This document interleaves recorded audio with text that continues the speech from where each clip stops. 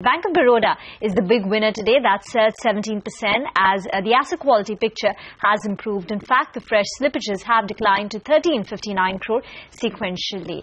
CNBC TV 18's MANASVI GHELANI caught up with Ranjan Dhawan, the managing director and the CEO of the bank, and began by asking him about the aspects which led to the drop in net profits. Compared to the previous year, we have had an increase in NPA provision about over 1,000 crores, 1,033 crores to be precise. And the second provision which has increased is the taxation provision, also by about 1,065 crores. The NPA provision has increased for two reasons. One, of course, is the much higher level of NPAs. And number two is, of course, the much higher level of restructured advances for which an enhanced provision has to be made. So this is the major reason for, of course, and the third reason is the diminution of fair values of already existing NPA accounts. If the fair value decreases, then we have to make an enhanced provision. So in the existing adverse climate, the NPA provision has very substantially gone up. And secondly, in the earlier years, income tax set-off was available to us, which has been disallowed in 2013. Our average sort of tax outgo on our profit was about 17 to 18%. This is now increased to about 27-28%. Now, since this set-off is no longer available, going forward, we feel that the income tax provision would be around 27-28%. So you mentioned asset quality was one of the hurting factors. I'd like to ask you about that. As for an industry, I mean, where do you see the next 6 months going for as far as asset quality goes?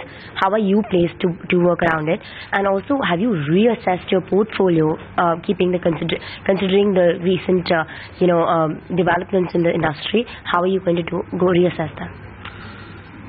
We have been pleasantly surprised in this quarter. I personally did not, and my colleagues in the bank did not expect that we would, in this quarter, have so little NPAs, 1,300 crores versus more than 3,000 crores in the last quarter. So we are pleasantly surprised. Notwithstanding that, there is considerable pain still left in the economy. Most of our major clients are still not out of the woods. They have serious liquidity issues. On a very practical level, the accounts which are reported under SMA2, which is more than 60 overdues more than 60 days old, have increased, with the result that we feel, and there are many of our clients who are paying us back on the 89th day. So this is alarming. These are alarming signals. So I do not believe that we are out of the woods. I believe that in the next one or two, we will further see pressure in the next couple of quarters in the two major areas where the entire banking system has been increasing pressure, which is to say infra and steel. Steel is also, our clients are informing us, the steel prices are terribly depressed. They are alleging dumping from China. Whether that be true or not, the government will have to discover. And they are wanting anti-dumping duties to be levied. But there is no doubt that steel is under terrific struggle. There are areas where even steel companies, there are good players even in the steel areas, and they are doing very well. Niche players, for instance, there is a steel player who galvanizes sheets and gives it for roofing. So he's doing very well. So we have a client in steel who's doing very well. But those are exceptions. By and large, the steel industry is not doing well. And probably, a view would have to be taken whether or not China is dumping into the country. That is one.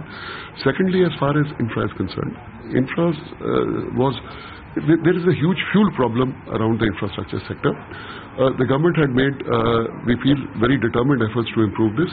As yet, the position is not very clear. And there are some feeling that fuel supply, this availability of fuel is not a very clear path to it. So again, this area would have to be, improved. However, even if it is done, supposing a coal mine is allotted, the time taken to bring it into operation is also several months. So therefore, for all these reasons, I do not believe, and let me give you the final, which is today's headline in the newspaper, that the Q4 results of most companies are pretty bad. So that itself is a pure and simple and objective indication that margins are under tremendous pressure. So for all these reasons, I do not believe that for the next 1 or 2 quarters, we'll have to take a very cautious step. So talking about NIMs, just to get a sense on where does it stand today, what has been the margins at this point in time. Also, your outlook, say in the next by the end of the next 2 quarters, are you looking at some sort of improvement in that, or is there going to be, have you set yourself a guidance that you can share with us? Look, NIMs have been reasonably maintained. I mean, we have only seen a slide of about 3 basis points in NIMs. So therefore, NIMs are reasonably well protected. It's not that our NIMs are. NIMs have been under pressure abroad. They have been under pressure abroad because of 50% of our book is in trade finance, buyer's credit. With Chinese bank and Japanese bank coming into the market and the whole world is awash with liquidity, margins have in the last 1.5 years been terribly compressed. We have seen a very sharp reduction in margins abroad. Therefore, we are seeking to rebalance our loan book abroad, not so much in India. Abroad, we are seeking to rebalance our loan book, and probably we would like to shift out of trade credit, which is, say, at the most 180, sometimes 270 days, to 2-year or 3-year credit, where the margins are better. So we want to rebalance abroad, not so much in India. So asset quality is going to be a pressure for the next 6 months as well. That's what you mentioned. But talking about restructured accounts, your guidance was 1,500 crores. That has been substantially high at this point in time. Are you reworking on your guidance, considering what we're going through today?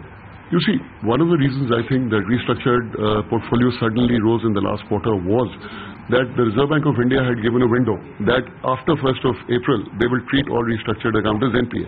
So I think there was a rush to restructure them. The entire industry said that whatever we can restructure. So I think that is the reason that there has been some lumpiness. Going forward, I don't think there would be that degree of lumpiness. But yes, now whatever restructured assets do come, we will of course restructure them, but they would not be classified as restructured, they would be classified as an NPA. Okay. So this is one of the reasons I am very careful of making any precise NPA projections. The environment is difficult. Okay. For the next 1 or 2 quarters, environment will remain difficult. So last 2 questions, one on slippages. What's your outlook? I mean, there were certain accounts which slipped into NPAs from slippages. You see that trend continuing. Yes, while you're mentioning that there is pressure, but will the number continue? And you said that the bank is working on changing the lending mix. In specific, what is it that you're doing? Look, specifically, we are going into retail advances. So that very, very clear. As far as slippages are concerned, we are again very careful. We know for a fact that several of our major customers are in trouble, that they have acute problems. Therefore, there could be a stage going ahead where there is some lumpiness in NPAs. So if they don't become NPA, then I would be in a better situation. But if a major customer to whom I have lent hundreds of crores becomes NPA, it would be a major problem, not just for me, for the industry as a whole. Okay. So therefore, I am very careful in making any precise predictions for this. So it won't be wrong to say that recovery looks difficult for the next 6 months. No, I would say that recovery looks difficult for the next 6 months. I would definitely say that corporates are facing a challenging environment. It may suddenly change.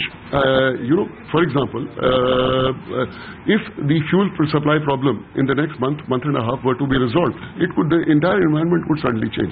So I am not a privy to government speculation, acts on this behalf. I am a banker.